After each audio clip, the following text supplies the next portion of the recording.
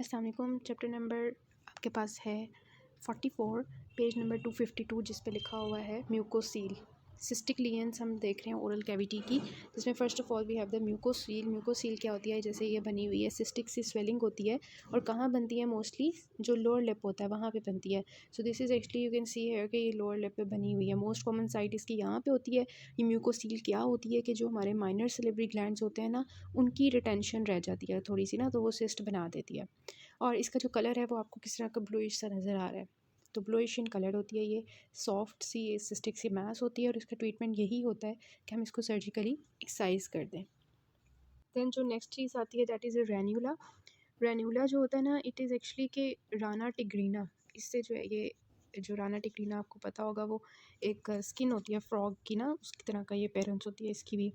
तो सिस्टिक सी स्वेलिंग होती है फ्लोर ऑफ द माउथ में, इस तरह से आपको नज़र आती है। This is the ranula. कहाँ पे होती है? बिल्कुल ये जो फ्रेनुलम होता है ना टंग के नीचे वाली साइड पे, उसकी बिल्कुल लेटरली साइड पे ना ये प्रेजेंट होती है, जहाँ पे सबलिंगुअल ग्लैंड्स होती हैं उसकी एक्चुअली डक्ट होती है ना, तो वहाँ पे उसकी ऑब्स्ट्रक्शन की वजह से ये बन जाता है। सबलिंगुअल ग्लैंड से राइज होता है ये रेन्यूला। तो ये सिस्टिक ट्रांसल्यूसेंट लीजन होती है फ्लोर ऑफ द माउथ पे, फ्रेनुलम के एक साइड पे, और टंग को ऊपर की तरफ पुश अप कर देती है। ऑब्वियसली इतनी बड़ी सिस्टिक स्वेलिंग है तो ऊपर चली जाएगी हमारी टंग। और ये है कि ये कभी कभार नेक की तरफ भी एक्सटेंड करती है, जिसकी वजह से इसको हम कहते हैं कि इसकी प्लंजिंग टाइप है, जो नेक की तरफ जा रही है। तो इसका ट्रीटमेंट भी यही होता है कि हम इसको सर्जिकली एक्साइज कर दें, अगर तो ये छोटी है, लेकिन अगर बड़ी होती है तो फिर हम इसको मार्सुपिलाइजेशन करते हैं, जिसमें ये होता है कि रिकरेंस के इसके चांसेस नहीं होते। उसमें हम क्या करते हैं कि जो इर्द गिर्द वाली स्किन होती है ना, उसके साथ इसकी जो वॉल्स होती हैं उसको हम जोड़ देते हैं।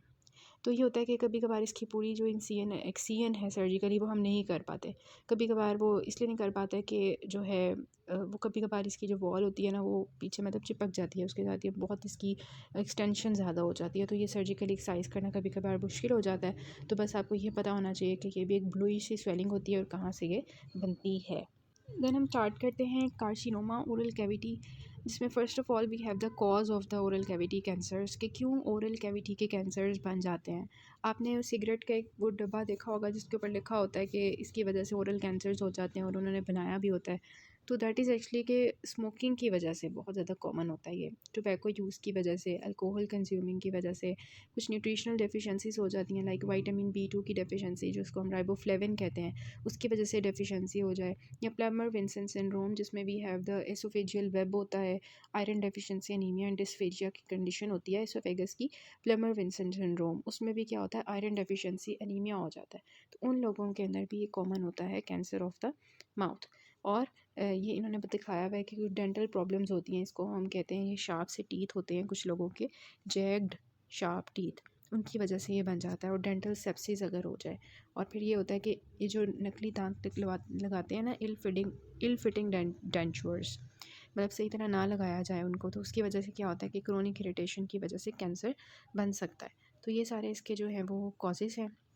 जैसे हमने सब म्यूकोजल फाइब्रोसिस में देखा था, तो उसमें भी ना तकरीबन यही कॉजेज़ है, smoking, tobacco, alcohol, dietary deficiencies और ये सब कुछ ना, तो ये इसके कॉजेज़ थे। तो अब ये लोकेशन ऑफ द कैंसर, कहाँ कहाँ ये कैंसर हो सकता है, जो कि माउथ का कैंसर है। ओरल कैविटी का कार्सिनोमा कहाँ हो सकता है? AJCC क्लासिफिकेशन के अकॉर्डिंग ये म्यूकोजल लिप पे हो सकता है। इसके अलावा ये बकल म्यूकोजा के अंदर हो सकता है, ये टंग के अंदर जो इंटीरियर 2/3 ऑफ द टंग होती है वहाँ पे ये डेवलप हो सकता है। इसके अलावा ये हार्ड पैलेट के ऊपर हो सकता है, like this is a hard palate, floor of mouth में ये हो सकता है। इसके अलावा अगर हम इसकी बात करें तो ये अपर और लोअर एल्व्यूलर रिजेस के अंदर हो सकता है, या फिर ये रेट्रोमोलर ट्रायोगोन की तरफ, रेट्रोमोलर जो ट्राइगोन होता है ना, ये बिल्कुल जो लास्ट मोलर होता है इसके पीछे एक ट्रायंगल सा होता है, इस रीजन को हम कहते हैं रेट्रोमोलर ट्रायगोन। तो ये सारे इसकी जो है जगह होती हैं जहाँ जहाँ ये डेवलप हो सकता है। एक इसमें जो सबसे मोस्ट इंपॉर्टेंट आपके यूक्यूज़ के लिए है that is the tongue carcinoma, क्योंकि नंबर फर्स्ट जो होता है ना, फर्स्ट मोस्ट कॉमन वो टंग कार्सिनोमा होता है, ठीक है। सेकेंड मोस्ट कॉमन जो होता है ना, दैट इज़ एक्चुअली द जो है बक्कल कार्सिनोमा, ठीक है। तो ये एक्चुअली होता है और तो ये हमने देखना है, 3 तरह के कैंसर्स हम देखेंगे, लिप कार्सिनोमा, ठीक है, बक्कल कार्सिनोमा और टंग कार्सिनोमा, ठीक है। अब जो लिप कार्सिनोमा होता है ना, ये आपने याद रखना है, lower lip is a most common site, this is a important MCQ, क्योंकि लोअर लिप जो होता है वहाँ पे मोस्टली कैंसर्स बनते हैं। अगर हम बक्कल म्यूकोजा की बात करें तो जो एंगल होता है ना, एंगल ऑफ माउथ, उसके करीब जो जहाँ पे ये लोग च्यू करते हैं, पान वगैरह रखा होता है इन्होंने, टोबैको च्यू कर रहे होते हैं, यहाँ पे ये मोस्ट कॉमन होता है एंगल ऑफ माउथ पे, याद रखना है आपने। और इसके अलावा जो अगर हम टंग की बात करें तो टंग जो है उसका एक डॉर्सल एस्पेक्ट होता है जो ऊपर वाला होता है, नीचे उसका वेंट्रल एस्पेक्ट होता है। तो जो टंग की लैटरल साइड होती है ना, वहाँ पे जो वेंट्रल एस्पेक्ट होता है बिल्कुल यहाँ पे करके एंटीरियर 2/3 ऑफ द टंग, यहाँ पे एक्चुअली कैंसर ज़्यादा कॉमन होता है, तो आपने कॉमन साइड्स याद रखनी है। तो सबसे पहले हम डिस्कस करते हैं कार्सिनोमा ऑफ द लिप। मैंने आपको बताया कि लोअर लिप सबसे ज़्यादा कॉमन होता है। फिर आपने ये याद रखना है कि इसकी जो ग्रोथ होती है किस तरह की होती है, एक्सोफिटिक ग्रोथ होती है, बाहर की तरफ आ रही होती है, अल्सरेटिव टाइप की होती है।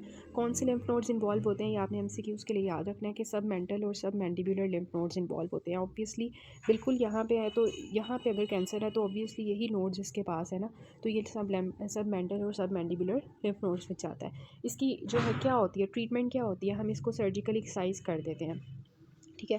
और रेडियोथेरेपी भी हम कर सकते हैं साथ साथ, शुरू में हमें रेडियोथेरेपी करें तो वो ठीक हो जाता है। इसके अलावा ये होता है कि हमने हर जगह आप देखोगे ब्लॉक डाइसेक्शन करते हैं। फॉर एग्जांपल ये एक लिम्फ नोड है, इसके अगला वाला ये लिम्फ नोड है, ये अगला है, तो हम क्या करते हैं कि यहाँ से लिम्फ नोड को बिल्कुल ब्लॉकेज कर देते हैं, ताकि यहाँ से अगर लिम्फ नोड को ब्लॉक कर देंगे ना तो वो कैंसर आगे की तरफ नहीं जाएगा, तो उसको हम कहते हैं ब्लॉक डाइसेक्शन। वो हम कर रहे होते हैं हर कैंसर में। Next is the cancer of the buccal mucosa, जो मैंने आपको बताया कि आफ्टर जो टंग का कार्सिनोमा है सेकंड मोस्ट कॉमन आपका बकल कार्सिनोमा होता है, ठीक है। अब इसकी जो मोस्ट कॉमन साइट होती है वो भी मैंने आपको बता दी कि क्या होती है कि ज़्यादातर जो है ये जो एंगल ऑफ माउथ होता है वहाँ पे ज़्यादा कॉमन होता है, यहाँ पे करके ना। और इसके अलावा ये है कि इसकी ग्रॉस अपीयरेंस भी यही होती है कि एक्सोफिटिक अल्सरेटिव मास बनाता है और ये लोकली स्प्रेड करता है वहाँ पे ना, मतलब कि अगर ये सब म्यूकोज़ा के अंदर है तो वहाँ से ये जाएगा मसल में और फैट में, स्किन में, मतलब इस तरह से ये ट्रैवल करता है। और इसके अलावा ये है कि अगर ये इर्द गिर्द जो है यहाँ आपको पता है कि मसल्स होते हैं हमारे अंदर की तरफ, तो अगर वो बक्सीनेटर मसल को या मेसेटर मसल को इन्वॉल्व कर देता है, जो हमारे मसल्स ऑफ मैस्टिकेशन होते हैं, तो उसकी वजह से ट्रिज्मस हो सकता है। फिर ये होता है कि इर्द गिर्द ये हर जगह ही जा सकता है, जो इसको जगह मिलेगी वहाँ पे ये जा सकता है। लिम्फेटिक स्प्रेड अगर हम देखें तो वो थोड़ा सा डिफरेंट होता है कि सब मैंडिबुलर में जाता है ये, क्योंकि ये थोड़ा सा साइड पे है ना, तो सब मैंडिबुलर में जाएगा और सब मेंटल में नहीं ये जाएगा। जैसे जो हमने लिप का कार्सिनोमा देखा था वो सब मेंटल में जा रहा था, ये जूगलो डाइगैस्ट्रिक लिम्फ नोड्स में जाते हैं, जो अपर जूगुलर लिम्फ नोड्स होते हैं ना, वहाँ पे ये जाता है, ठीक है। तो ये होता है कि इसकी ये हो गया। उसके बाद ये है कि अगर ये क्लिनिकल फीचर्स इसके ये होते हैं कि अगर ये बक्सीनेटर मसल को इन्वॉल्व कर लेता है, उसी तरह जितने भी हमारे जो है मैस्टिकेशन के मसल्स हैं उनको इन्वॉल्व कर लेगा, तो उसकी वजह से क्या होगा, ट्रिज्मस हो जाएगा, लॉक जा हो जाएगा। और अगर ये फंजेटिंग मैस बनाता है तो उसकी वजह से क्या होता है, फाउल स्मेलिंग ब्लीडिंग मैस बन जाता है ना, तो इसके लेट फीचर्स होते हैं। और ये आपने याद रखना कि स्क्वेमस सेल कार्सिनोमा इसकी मोस्ट कॉमन टाइप है, ठीक है। तो इसके बाद ये है कि इसकी इन्वेस्टिगेशंस कैसे करते हैं, हम बायोप्सी करवा लेते हैं जिससे हमें पता चल जाता है। वैसे हमें देख रही लग नहीं रहा कि ये कोई कैंसर है ना, तो बायोप्सी करवाएंगे तो हमें स्क्वेमस सेल कार्सिनोमा की सारी वो जो फीचर्स मिलेंगे तो हमें पता चल जाएगा। इसके अलावा हम CT स्कैन करवाएंगे तो हमें पता चल जाएगा कि बकल कैंसर है, ठीक हो गया। इसकी स्टेजेस क्या होती हैं कि सिंपल जो हमने स्टेजेस के मुताबिक इसकी ट्रीटमेंट करनी होती है, स्टेज 1 होती है, स्टेज 2 होती है, स्टेज 3 और स्टेज 4 होती है, ठीक है। अब इसके मुताबिक ही जो है जो स्टेज 1 होती है उसमें हम सर्जिकल इसको रिमूवल करते हैं। अगर जो स्टेज 2 होती है ना तो उसमें मोस्टली हम रेडियोथेरेपी कर रहे होते हैं। और स्टेज 3 और स्टेज 4 जो होती है ना उसमें ये होता है कि शुरू में हम सर्जरी कर लेते हैं और बाद में हम जो है ना क्या करते हैं कि रेडियोथेरेपी, पोस्ट ऑपरेटिव रेडियोथेरेपी कर लेते हैं। अब जो स्टेज 2 होती है उसमें तो वैसे तो मैंने आपको बताया कि रेडियोथेरेपी कर रहे होते हैं, लेकिन ये है कि अगर तो बोन की मेटास्टेसिस हो गई ना, मतलब कि इर्द गिर्द की मैंडिबल इन्वॉल्व हो गई है या मैक्सिला इन्वॉल्व हो गई है, तो उस केस में हम सर्जरी करते हैं, ठीक हो गया। नेक्स्ट जो आपके पास मोस्ट इंपॉर्टेंट कार्सिनोमा है अगर कोई आता है UQ में, तो वो ओरल टंग का कार्सिनोमा है, बिकॉज ये मोस्ट कॉमन है ना। और मैंने आपको बताया कि इंटीरियर 2/3 को ये इन्वॉल्व करता है और इसकी लोकेशन भी मैंने आपको बता दी शुरू में। और ये होता है कि पहले से किसी को ल्यूकोप्लेकिया था, मतलब कि एक वाइट प्लेग बना हुआ था जो कि बना होता है, उसकी वजह से अगर हम उसको ट्रीट नहीं करते तो that can progress to cancer, ठीक हो गया। या किसी को पहले से कोई डेंटल अल्सर बना हुआ था या सिफिलिस का इन्फेक्शन हुआ था ज़ुबान पे, तो उसकी वजह से ये बन जाता है। इसकी भी मोस्टली कॉमन जो टाइप होती है वो स्क्वेमस सेल कार्सिनोमा होती है। साइट मैंने आपको इसकी बता दिया कि लेटरल जो बॉर्डर होता है टंग का या ventral aspect of the tongue जो होता है वहाँ पे ये ज़्यादा कॉमन होता है। कभी कभार टिप या डॉर्सम में होता है लेकिन इतना कॉमन नहीं है। स्प्रेड इसका कहाँ पे होता है, ये भी सब मैंडिबुलर लिम्फ नोड में जाता है और अपर जुगुलर लिम्फ नोड्स में जाता है, ठीक है। सब मेंटल जो था वो लिप के केस में था ना।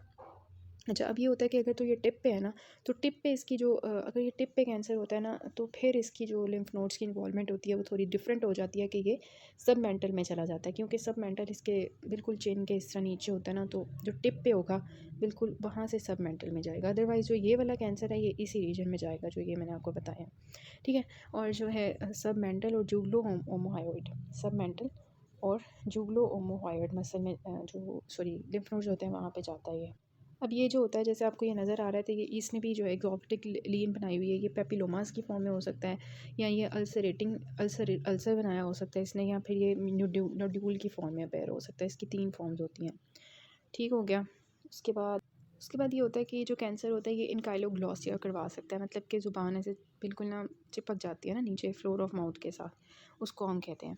अच्छा, इसके सिम्टम्स क्या होंगे, खुद सोचें किसी की ज़ुबान में ऐसे कैंसर बना होगा तो उसको एक तो ये होगा कि शुरू में तो पेन नहीं होगी, लेकिन बाद में ये होता है कि पेन उसको उधर स्टार्ट हो जाती है अल्सर के रीजन में ना। और ये होता है कि जो इप्सिलेटरल कान होता है ना, मतलब ये जो अगर साइड है तो उसी कान में दर्द हो रही होगी पेशेंट को। और ये आपने याद रखना है कि क्यों जो टंग कैंसर होता है उसकी वजह से कान में क्यों दर्द हो रही होती है ना, तो यहाँ पे जो लिंगुअल नर्व होती है ना, जो यहाँ पे एक्चुअली टंग को सप्लाई कर रही होती है, और हमारी जो एयर होती है वहाँ पे ऑरिक्यूलर टेम्पोरल नर्व होती है ना, तो ये जो ऑरिक्यूलर टेम्पोरल नर्व होती है और जो लिंगुअल नर्व होती है, ये किसकी ब्रांचेज होती हैं, ये एक्चुअली ट्राइजेमिनल नर्व की जो मैंडिबुलर डिवीजन होती है ना उसकी ब्रांच होती है। तो इस वजह से कॉमन जो इनकी मतलब होने की वजह से ना लिंगुअल नर्व और ऑरिक्यूलर टेम्पोरल नर्व की, तो इनकी जो मतलब रेफर्ड पेन होती है ना। और इसके अलावा ये है कि अगर किसी की ज़ुबान पे ऐसे कैंसर बना होगा तो उसे ऐसे लगेगा ना मेरे मुंह में कोई लंप है, लंप इन द माउथ, उसको फील होगा। इसके साथ साथ उसके नेक के जो नोड्स इनलार्ज हुए होंगे, उसके खाया नहीं जा रहा होगा, कुछ डिस्फेजिया हुआ होगा, तो ये सारे इसके सिम्टम्स हो रहे होते हैं। अब ट्रीटमेंट इसका यही होता है कि हम क्या करें कि उसको रिमूव करें, डिपेंडिंग अपॉन कि कौन सी स्टेज है। जैसे कि हम पहले भी पढ़ते होते हैं कि अगर T1 स्टेज होगी तो रेडियोथेरेपी कर देंगे, ठीक है। सॉरी, रेडियोथेरेपी भी कर सकते हैं, सर्जरी भी कर सकते हैं, ठीक है। जो T2 स्टेज होती है उसमें हम रेडियोथेरेपी करते हैं और सर्जरी भी कर सकते हैं, सिंपल सी बात है। और जो ऐसा जिन्होंने बिल्कुल मतलब नहीं बताया हुआ ना कि आपने क्या करना है, लेकिन दोनों में उन्होंने लिख दिया हुआ रेडियोथेरेपी भी कर सकते हैं, सर्जरी भी कर सकते हैं। जो स्टेज 3 और स्टेज 4 होती है ना, उसमें ये होता है कि पहले आप सर्जरी कर लो और उसके बाद आप जो है रेडियोथेरेपी दे दो, तो इस तरह से जो है इसकी ट्रीटमेंट होता है। तो ये इसके अंदर होता है कि एक इन्होंने लिखा हुआ है कोमांडो ऑपरेशन ना। कोमांडो ऑपरेशन में क्या होता है, जो हमारी उस साइड की, जिस साइड पे कैंसर होता है ना, उस साइड की जो टंग होती है उसको भी हम रिमूव कर देते हैं, जिसको हम कहते हैं, देखिए ये हाफ इसकी ज़ुबान निकाल दी है, इसको कहते हैं हेमीग्लोसेक्टमी, ठीक है, हेमीग्लोसेक्टमी कहते हैं इसको। और इसके साथ साथ जो मैंडिबल होता है उसको भी रिमूव कर देते हैं, दिस इज़ अ मैंडिबल, जिसको उस इन्वॉल्व जो टंग होती है उसके साथ रिमूव कर दिया जाता है, दिस इज़ अ हेमी मैंडिब्यूलेक्टमी और हेमीग्लोसेक्टमी। इसके साथ साथ जो लिम्फ नोड्स होते हैं उनकी ब्लॉक डायसेक्शन भी की जाती है।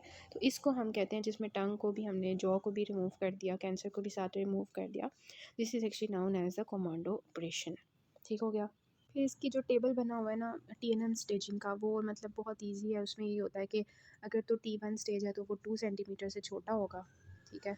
अगर T2 स्टेज है तो वो 2 सेंटीमीटर से ज़्यादा हो जाएगा, ठीक है। T3 स्टेज है तो उसमें वो 4 सेंटीमीटर से ज़्यादा हो जाएगा, ठीक है। 2 सेंटीमीटर से छोटा, 2 सेंटीमीटर से बड़ा, 4 सेंटीमीटर से बड़ा हो गया, ठीक है। अब जो T4 होगा ना, वो यहाँ से मतलब जो कैंसर है ना टंग से, वो चला जाएगा कहाँ पे, लिप पे चला जाएगा, जो लिप्स होते हैं उसके अंदर चला जाएगा, ठीक है। और कहाँ चला जाएगा, फ्लोर ऑफ माउथ में चला जाएगा, स्किन ऑफ फेस में चला जाएगा, जो बोन होती है इर्द गिर्द वहाँ पे इन्वेड कर जाएगा। जो T4A होती है वो ओरल कैविटी में सारी जगह फैल जाएगा, ठीक है। मतलब कि इर्द गिर्द क्या है, कॉर्टिकल बोन में चला जाएगा, डीप मसल्स ऑफ टंग में चला जाएगा, मैक्सिलरी साइनस ऊपर की तरफ चला जाएगा, और इस तरह से जो है ना जिंजिवल सबको इन्वॉल्व कर लेगा इस तरह से, ठीक है। अच्छा, उसके बाद ये होता है कि रीजनल लिम्फ नोड्स की बेस पे हम कैसे करते हैं। तो रीजनल लिम्फ नोड्स में हमेशा से हम यही करते आ रहे हैं कि N1 में क्या होता है कि वो 3 सेंटीमीटर से छोटा होता है, N2 में 3 सेंटीमीटर से बड़ा हो जाता है, N3 में 3 सेंटीमीटर से 6 सेंटीमीटर, मतलब 6 सेंटीमीटर से बढ़ जाता है। तो this is actually the 3 centimetre से छोटा, 3 सेंटीमीटर से बड़ा, ठीक है, और 6 सेंटीमीटर से बड़ा, ठीक है। इस तरह से हमने कर लेना है। और ये है कि जो N2 स्टेज होती है उसमें सिंगल लिम्फ नोड्स तक इन्वॉल्व होता है, और N3 में जो है वो मल्टीपल लिम्फ नोड्स में इर्द गिर्द फैल गया होता है, यही लिखा होता है। और M0 और M1 का तो आपको पता ही है, M0 में कोई मेटास्टेसिस नहीं होगी और M1 में डिस्टेंट मेटास्टेसिस हो जाएगी। जो इसकी स्टेजेस हैं वो आपने एक दफ़ा देख लेनी है। उसमें यही है कि स्टेज 1 में जो है वो सिर्फ T1 होगा, स्टेज 2 में T2 हो जाएगा, और स्टेज 3 में T3 हो जाएगा। इसके अलावा N1 भी हो सकता है, ठीक है। और T1 भी हो सकता है, T2 भी, T3 भी हो सकता है, लेकिन N1 नहीं रहेगा। और T4 जो होगा उसमें T4 हो जाएगा, स्टेज 4 में T4 हो जाएगा, N1 हो जाएगा, ठीक है। और T कोई भी हो सकता है। और जो 4B और C होगा ना, उसमें ये होगा कि C में 4 जो C स्टेज होगी ना, वहाँ पे जाके M1 होगा। अदरवाइज़ यही होता है कि कोई भी N हो सकता है और कोई भी T हो सकता है C में, ठीक है। This is all about it. तो यही आया हुआ है पेपर में कि 45 ईयर्स ओल्ड फीमेल थी और उसको लेटरल बॉर्डर ऑफ द जो इंटीरियर टंग है वहाँ पे 5 महीने से अल्सर है और इतना उसका है, लिम्फ नोड्स पैल्पेबल नहीं है। तो डायग्नोसिस क्या होगा? ये एक्चुअली अल्सर है, तो इस तरह से ये जो है कैंसर होगा ना टंग का, और इसकी प्री मैलिग्नेंट कंडीशंस आपने बतानी है कि क्या है, ठीक है। So that will be actually the leukoplakia, erythroplakia और मेलानोसिस, ठीक है। ये आपने देखना होता है इसकी प्रीकर्सर लीजन्स में, और म्यूकोसल हाइपरपिगमेंटेशन हो जाए। मैनेजमेंट आप कैसे करोगे? तो मैंने आपको बता दिया, कमांडो